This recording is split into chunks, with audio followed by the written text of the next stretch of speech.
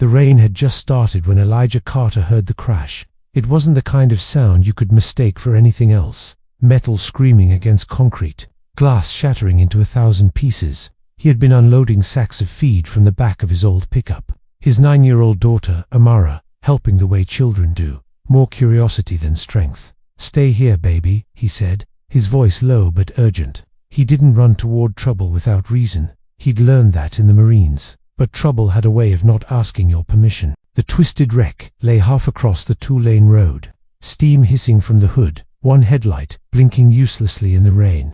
A black luxury SUV, the kind Elijah had only seen in commercials, had slammed into a drainage barrier. The driver's side door was crushed inward. Through the cracked glass, he saw a woman slumped over the wheel, her dark hair hiding her face. He didn't think about who she might be or what her car cost. He thought about the minutes that matter when someone isn't breathing. He yanked the passenger side door open, crawled across the seat, and checked her pulse. Faint. He pulled her free, ignoring the jagged metal that tore his forearms. Behind him, Amara called out, voice trembling, "Daddy, is she okay?" "She will be," Elijah said, more for himself than for his daughter. He laid the woman on the wet asphalt, tilted her head back, and began compressions. The rain fell harder, plastering his shirt to his back. He was on his 23rd push when the woman coughed, gasping weakly. "You're safe," he said, lifting her into his arms. The smoke from the SUV thickened, and Amara's voice cracked. "Daddy, it's gonna blow." Elijah didn't look back. By the time they reached the county hospital, sirens were already wailing in the distance. Inside, order replaced chaos. Nurses swarming, questions flying. Elijah stayed in the hallway, Amara's small hand gripping his. When the doctor finally appeared, the words were a quiet relief. "She's stable. She wants to thank you." But when Elijah peeked into her room, he froze. The woman was surrounded by men in dark suits, the kind whose eyes never stopped scanning. One of them stepped forward. "Can we help you?" Before Elijah could answer, the woman's voice, still rough, cut through weight. "That's him." Her gaze fixed on him. "That's the man who pulled me out." They let him step closer. Up close, her face seemed familiar, though he couldn't place it. "Do you know who I am?" she asked. Elijah shrugged. "No, Mom. I'm Vanessa Kingsley, CEO of Kingsley Global." The name didn't land the way she seemed to expect. Elijah just nodded. "Glad you're okay." He turned to leave, Amara trailing him. The suits exchanged looks, as if they couldn't understand how anyone could walk away from a billionaire without asking for something. For Elijah, life returned to its steady grind. He rose before dawn to tend to the small plot of land he was fighting to keep after his wife's medical bills had swallowed his savings. He fixed fences, hauled feed, and picked up shifts at the feed mill when he could. But for Vanessa Kingsley, the moment refused to fade. She had her assistant track him down. The report was stark. Elijah Carter, 38, widowed, veteran, father to one daughter, struggling against mounting debt. He'd risked his life for her without hesitation.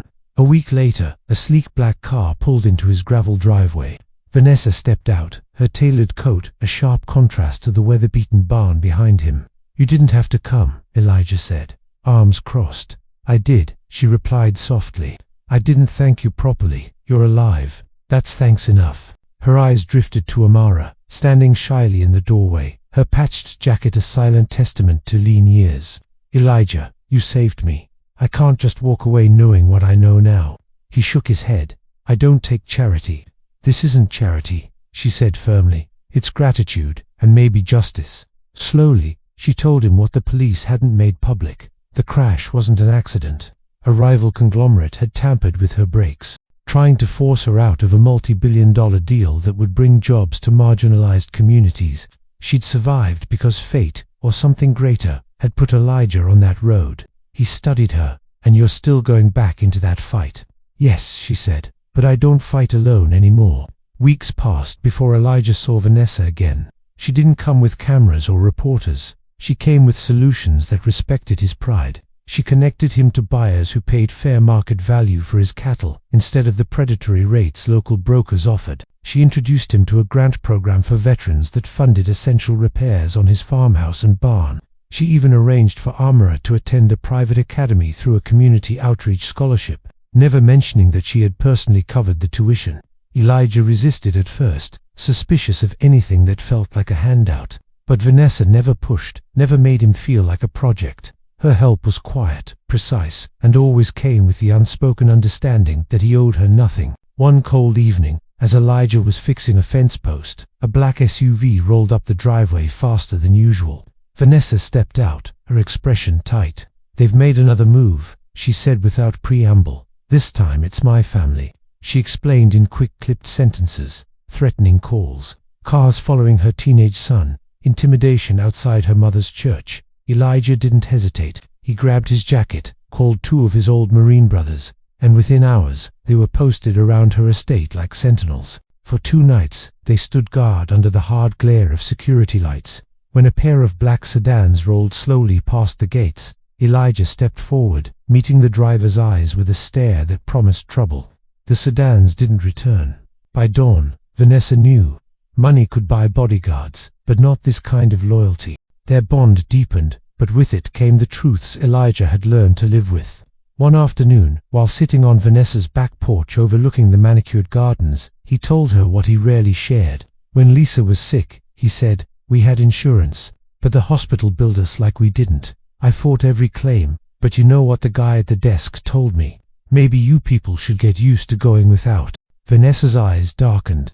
She had faced discrimination as a woman in business, but the venom Elijah described, the way doors closed when a black man walked in needing help, was something different. He spoke quietly, almost matter-of-factly, about banks losing his loan paperwork, about buyers suddenly changing terms after meeting him in person, about the whispered comments Amara had endured at school. Vanessa didn't interrupt. She knew that listening, truly listening, was its own form of respect. In the months that followed, she used her reach differently, not as a billionaire swooping in to rescue, but as an ally dismantling barriers piece by piece. She called out discriminatory practices in her supply chain. She funded legal aid for farmers of color in rural counties. She sponsored internships for black students in industries that had quietly kept them out for generations. Through it all, Elijah kept living the way he always had, rising before dawn, putting in the work, teaching Amara the value of her own voice. The moment that sealed their story came at a community meeting in the small town's church hall. Vanessa was there to discuss a new job training center her company was building in the area, a project already drawing resistance from local business owners who didn't want outsiders, a thinly veiled word for the town's black and immigrant residents. When one man stood up and sneered, "Why should we trust you, some big city billionaire, to decide what our town needs?" Vanessa didn't answer immediately. She looked to the back of the room, where Elijah stood with his arms crossed. "I'm here," she said finally, "because someone in this town taught me what real trust looks like. Elijah Carter pulled me from a burning car when he had every reason to keep driving. He didn't ask who I was or what I could do for him. He just saw someone who needed help and acted. That's what this project is about, doing what's right without waiting to be asked." The room was silent. Not all minds changed that night, but some did. And more importantly, the respect between Vanessa and Elijah became impossible to dismiss. Months later, at a charity gala in the city, Vanessa stepped up to the podium in a shimmering black dress. Cameras flashed. The audience expected her to talk about numbers and profits. Instead, she began with a different story. "Some of you know me as a businesswoman," she said. "But tonight, I want to tell you about a man who changed my life." She recounted the crash, the rescue, the nights Elijah had stood guard at her gates. She spoke about the quiet ways he had challenged injustice, not with speeches, but with actions. Then her voice steadied. "Elijah Carter is the reason I'm here, not just alive, but better. He reminded me that the greatest wealth is not in what you keep, but in the courage and dignity you give away freely." She gestured toward the back of the room, where Elijah stood in a suit that didn't quite fit, Amara's hand in his. The applause was slow at first, then rose to a roar. Amara's eyes shone as she looked up at her father. "That's my dad." The billionaire had resources beyond measure, but there was one thing she could never repay: the unpriced loyalty of a single dad who had nothing to give but his courage, and gave it anyway. And Elijah, he didn't think of it as a favor. To him, it was just what you did when someone needed you, because in his world, dignity wasn't something granted by wealth or title. It was something you carried in your chest, no matter how heavy the load.